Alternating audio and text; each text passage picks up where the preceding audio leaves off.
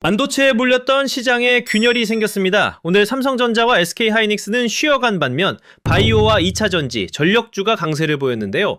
장 초반 주춤했던 코스피도 다른 업종으로 매수세가 확산되며 빠르게 회복하는 모습을 보였습니다.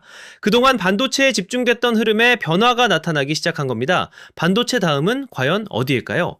7월 증시의 승자가 바뀔 수도 있습니다. 오늘의 국내 증시 3분 안의 핵심만 빠르게 짚어보겠습니다. 오늘 가장 중요한 변화는 외국인 수급이었습니다. 외국인은 삼성전자와 SK하이닉스를 중심으로 차익 실현에 나섰는데요. 그렇다고 한국을 떠난 건 아니었습니다. 6월 내내 가장 많이 올랐던 AI와 반도체 비중을 줄인 것으로 보는 시각이 많습니다.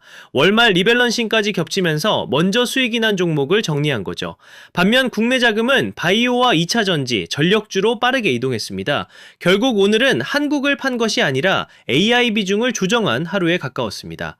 그렇다면 반도체의 바통을 다른 업종이 이어받는 걸까요? 오늘은 다이오와 2차전지뿐 아니라 전력, 조선, 자동차까지 상승세가 확산됐는데요.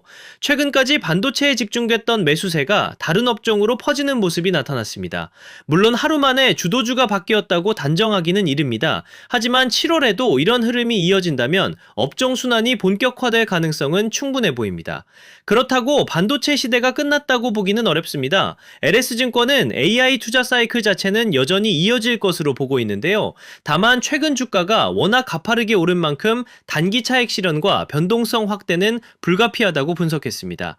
신영증권도 반도체 쏠림이 다소 과했던 만큼 숨고르기 구간이 나타날 수 있다고 설명했는데요. 업황이 꺾였다기보다 너무 빠르게 오른 만큼 잠시 쉬어가는 과정으로 보는 시각이 많습니다. 진짜 승부는 7월 첫 거래일부터 시작됩니다. 월말 리밸런싱이 끝난 뒤에도 외국인이 반도체 비중을 계속 줄인다면 업종 순환이 더 강해질 수 있는데요. 반대로 다시 반도체를 담기 시작한다면 이번 조정은 일시적인 숨고르기로 마무리될 가능성이 높습니다. 결국 7월 첫 거래에서 나타날 외국인 수급이 가장 중요한 힌트가 될 전망입니다.